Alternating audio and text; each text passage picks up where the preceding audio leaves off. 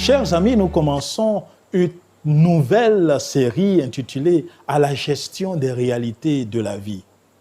Nous avons trouvé bon de mettre l'accent sur 4 réalités de la vie qui ont un impact sur notre quotidien. Aujourd'hui, nous allons parler de la peur. Ah, la peur. Avez-vous une fois eu peur? Moi aussi. En fait, c'est une expérience que nous avons pratiquement tout le temps dans notre cheminement dans ce monde.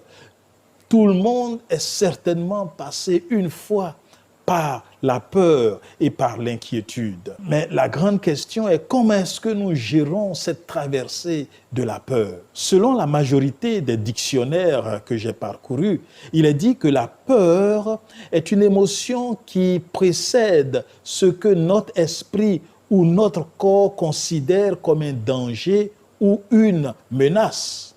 La vie est telle que la peur nous entoure. La peur est devenue une réalité quotidienne. Nous avons peur du manque d'argent, nous avons peur que les autres ne nous aiment pas, nous avons peur de perdre ce que nous avons peur de l'échec, nous avons peur de perdre les personnes que nous aimons, nous avons peur de la maladie, nous avons peur de la mort, nous avons peur du diable. C'est une réalité qui nous entoure, elle nous envahit, elle nous détruit, elle nous rend vulnérables, elle nous fait avoir des échecs considérables.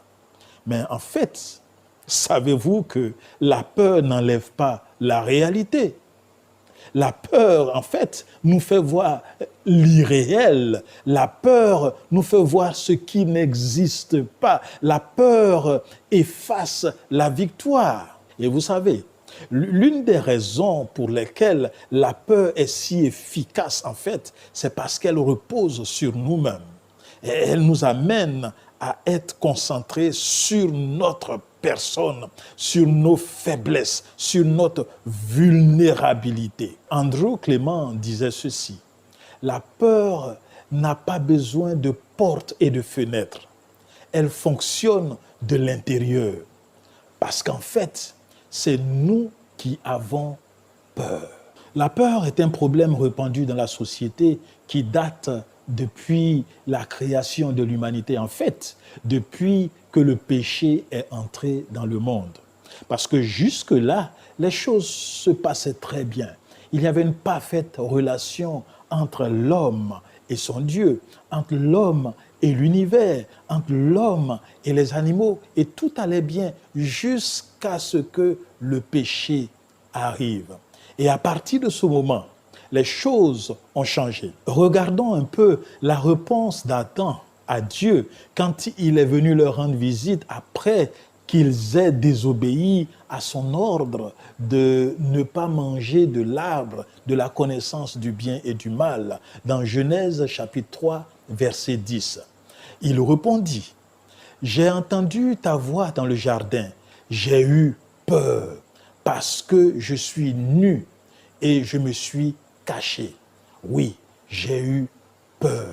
En fait, la cause donnée ici par Adam, qui semble être la nudité, n'est pas celle-là. Elle est plus profonde que la nudité.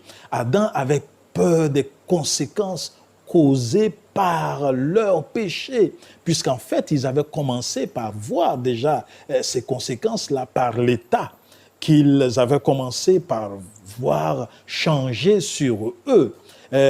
Ils se sont dit, j'ai désobéi, nous avons désobéi, alors qu'est-ce qui va arriver? Et quand ils ont entendu la voix de Dieu, ils se sont dit, ah, alors là, qu'est-ce que nous devenons? Vous savez, la peur tire ses conséquences dans la désobéissance, dans la déchéance de ce monde, dans le péché. Et ce qui fait que la peur est devenue l'arme redoutable de l'ennemi séculaire de Dieu, de l'ennemi du monde, du diable, du serpent ancien. La peur. Nous avons peur du passé, nous avons peur du présent, nous avons peur du futur. Voyons maintenant les conséquences de la peur sur notre être. Une étude menée par Dr. Moll-Marie, n'est-ce pas, a démontré les conséquences de la peur sur l'être humain. Vous savez, la peur cause des dysfonctionnements, premièrement, sur notre santé physique en diminuant notre système immunitaire, en désorganisant notre système nerveux, notre système digestif et alimentaire. La peur, deuxièmement, a un effet sur notre santé émotionnelle avec une anxiété bien prononcée, une humeur transformée, n'est-ce pas? La peur également a un effet sur notre environnement, ce qui fait que nous avons des problèmes de relations avec les autres, avec notre entourage, souvent même avec nos constructions. Nous manifestons que nous avons peur. Et puis, en quatrième position, la peur également, et là c'est très important, a un impact sur notre santé spirituelle. Et là, nous trouvons deux types de personnes. Premier type de personnes, ce sont ceux-là qui dénient Dieu parce qu'ils ont peur, ils pensent que Dieu n'existe pas, il ne fait rien. Et le deuxième type de personnes, ce sont ceux-là qui sont prêts à tous ceux qui semblent vouloir les aider, à des charlatans. Ce qui fait que vous verrez que les églises sont bondées de monde par des gens qui ont peur. Ou bien ils vont visiter des devins ou des féticheurs pour trouver une solution à leur peur. Et vous savez, le diable est heureux de voir des gens qui sont inquiets et qui recherchent des solutions à leurs problèmes. Et il nous offre des semblants de solutions attrayantes et qui attirent beaucoup de personnes. Faisons très attention. Avez-vous déjà vu quelqu'un en proie à la peur avec un enfant? N'est-ce pas? Vous verrez que les choses sont normales. Les enfants ont souvent peur. Mais avec un adulte, regardez ses yeux. Vous verrez qu'il est dénaturalisé. Vous verrez que son humanité lui est enlevée. En fait, le diable veut que nous perdions notre ressemblance à l'Éternel parce que nous avons été créés à l'image de Dieu. Et c'est pourquoi le sage dit dans Proverbes chapitre 12, verset 25, « L'inquiétude dans le cœur de l'homme l'abat, mais une bonne parole le réjouit. » Je comprends pourquoi dans la Bible, l'expression « ne crains pas, n'aie pas peur » est maintes fois répétée, comme pour nous dire que Dieu se soucie de nous aider à sortir de cette torpeur qui dérange notre croissance spirituelle, qui dérange notre développement naturel, qui dérange notre évolution positive dans ce monde. Savez-vous, mes amis, que les études ont donné ceci. 85% de tout ce dont nous avons peur ne se réaliseront jamais. Ça, c'est la première chose. La deuxième chose, les 15% qui restent ont également été étudiés et il a été réalisé que 79% des 15% qui restent sont des choses qui peuvent être gérées facilement. Cela veut dire quoi?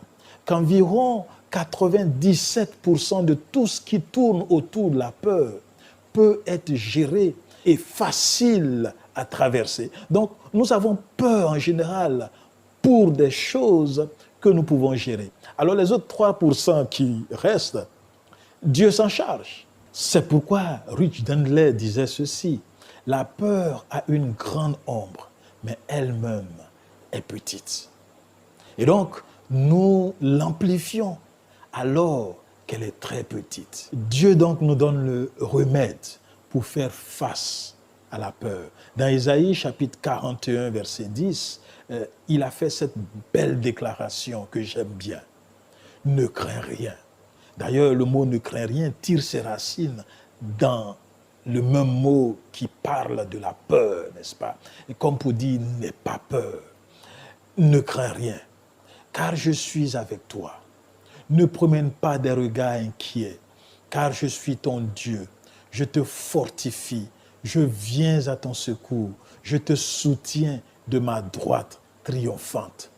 Quelle belle parole réconfortante. C'est un peu comme si Dieu disait, je suis ta force, je suis ton courage, je suis ta santé, je suis ton espoir, je suis ta source d'approvisionnement, je suis ton défenseur, je suis ton libérateur, je suis ton pardon, je suis ta joie, je suis ton avenir, je suis tout pour toi.